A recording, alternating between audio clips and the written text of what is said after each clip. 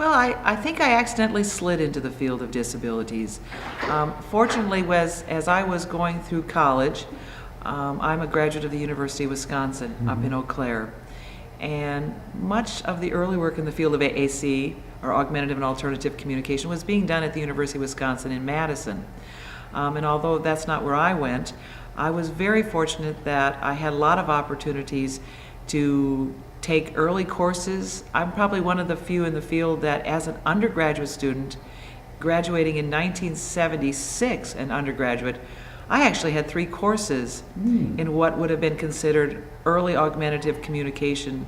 You know, they weren't called that. It was called special strategies for unique students, or some term that you weren't quite sure what you were signing up for. And then there was sign language.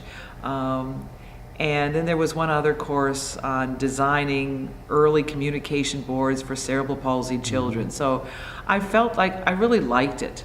I really enjoyed that. I thought it was creative and exciting, and it wasn't just the standard things that you would be doing with kids in schools. And I just found it, I had charismatic instructors.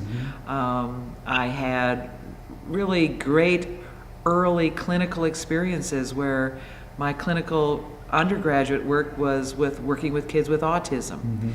And then I did an early undergraduate clinical work working with kids at a special school with cerebral palsy. And so I had a lot of those early experiences that said, these are great kids. Why wouldn't anybody want to work with these kids? You know, they just suck up everything that you want to give them. The needs are so great, and you could see results so quickly. And so I found it very reinforcing, and I found that I wasn't, I had the right temperament for it. It didn't, you know, some of the other students I might have been going through classes with, they couldn't always quite take maybe the smell of a kid with disabilities, or the drool, or they would sneeze on you. I remember one of my early experiences, this kid with cerebral palsy sneezed and this big old wad of snot hit me. And I just looked at him and went, okay, well, you wipe that off and you go on, you know.